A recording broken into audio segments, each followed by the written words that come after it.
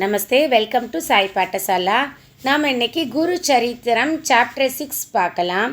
நாமதாரகன், ஐயா துவாரகை, காசி, கேதாரம், பத்ரி ஆகிய சேத்திரங்கள் புகழ் பெற்றவை.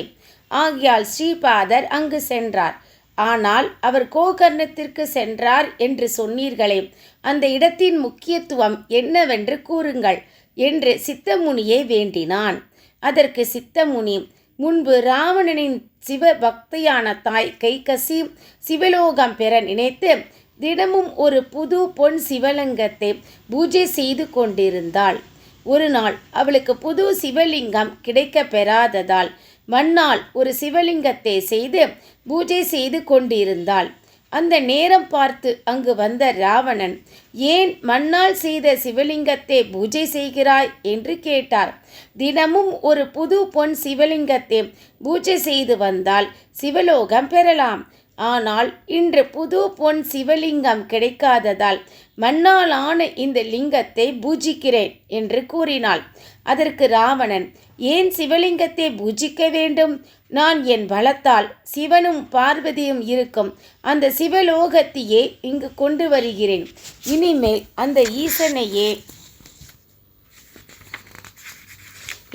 அந்த ஈசனையே பூஜிக்கலாம் என்று கூறி கைலாயத்திற்கு சென்று தன் 10 சிரங்களாலும் 20 கைகளாலும் கைலாய மலையை தூக்க முற்பட்டான். அதனால் 3 உலகங்களும் ஆட்டமிடத் தொடங்கின. இதை பார்த்த பார்வதி தேவி ஈசனிடம், என்ன இந்த விபரீதம் என்று கேட்டாள். இது ராவணின் செயல் என்று கூறி கைலாய மலையை கீழே அழுத்தினார்.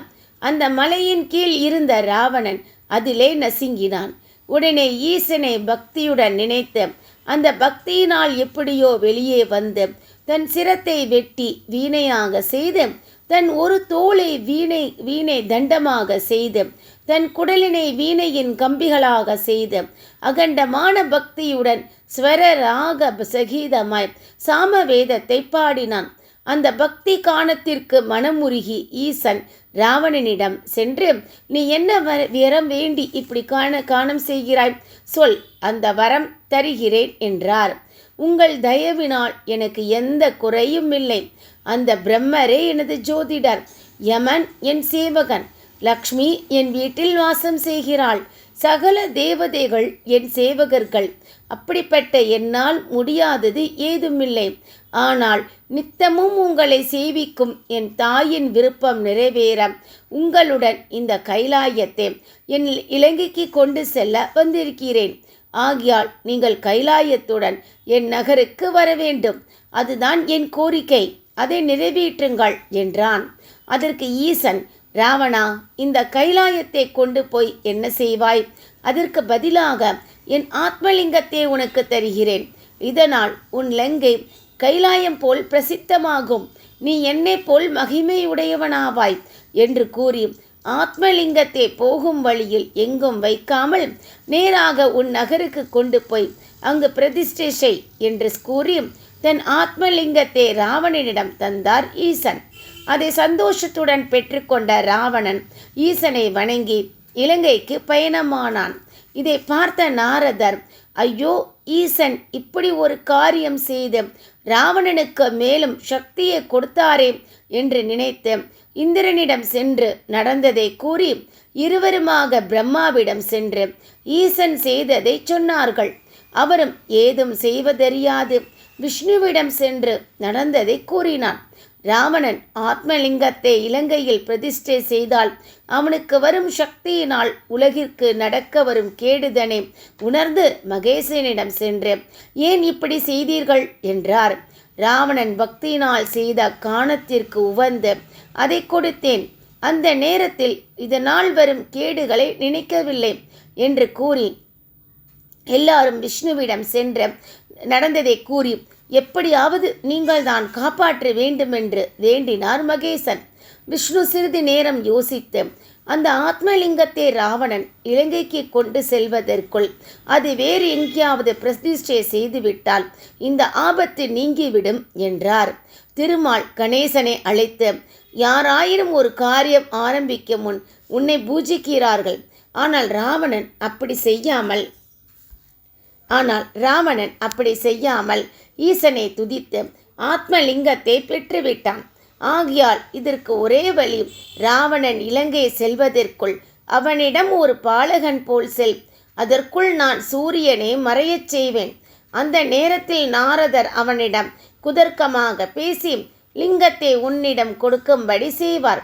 நீ அதை பூமியில் பிரதிஷ்டை செய்துவிடு என்று கூறினார். இதற்குள் முதலில் சென்ற நாரதர் ராவணனை பார்த்து, நீ எங்கிருந்து வந்து கொண்டிருக்கிறாய், என்ன சமாச்சாரம் என்று கேட்டார். ராவணன் மகேசனிடம் சென்று ஆத்மலிங்கத்தை பெற்று இலங்கைக்கு சென்று கொண்டிருக்கிறேன் என்றார். இந்த ஆத்மலிங்கத்தின் கதை எனக்கு தெரியும். முன்னொரு காலத்தில் பயங்கரமான ஒரு மிருகத்தை கொன்று அதன் 3 கொம்புகளிலிருந்து மும்மூர்த்திகள் 3 லிங்கங்களை பெற்று கொண்டார்கள். இந்த லிங்கம் அதுதான். இதை எவனொருவன் பெற்று பூஜித்தால் அவன் ஈசனுக்கு சமமாவான். அவன் இருப்பிடம் கைலாயத்திற்கு சமமாகும் என்று விவரித்து கொண்டிருந்தார். அப்பொழுது ராவணன், நாரதா, லிங்கத்தின் வரலாறு பற்றியும் அதன் மகிமை பற்றியும் கேட்க எனக்கு நேரம் கிடையாது. நான் சீக்கிரமாக இலங்கைக்கு செல்ல வேண்டும் என்று கூறினார். நாரதர், ராவணா, சந்தியாவந்தனம் செய்ய வேண்டிய நேரம் வந்துவிட்டது. அதை செய்யாமல் செல்வது உன் போன்றோருக்கு நல்லதில்லை. எனக்கு தெரிந்ததை கூறினேன், பிறகு உன் விருப்பம் என்றார். அந்த சமயத்தில் கணேசன் பாலகன் போல் அந்த இடத்தில் தென்பட்டான். அவனிடம் சென்று, நீ யார், உன் தாய் தந்தையர் யார் என்று கேட்டான். நான் உமா மகேசனின் மகன். உன்னை பார்த்தால் எனக்கு பயமாக இருக்கிறது. நான் செல்கிறேன் என்றான். அப்பொழுது ராவணன், குழந்தாய், நீ எனக்கு ஒரு உதவி செய்ய வேண்டும். நான் சந்தியாவந்தனம் முடித்து வரும் வரை இந்த லிங்கத்தை பூமியில் வைக்காமல் கையில் வைத்து கொண்டிருக்க வேண்டும். இதை நீ செய்தால் உனக்கு பொன்னொளி வீசும் என் இலங்கையை நான் காண்பிக்கிறேன்.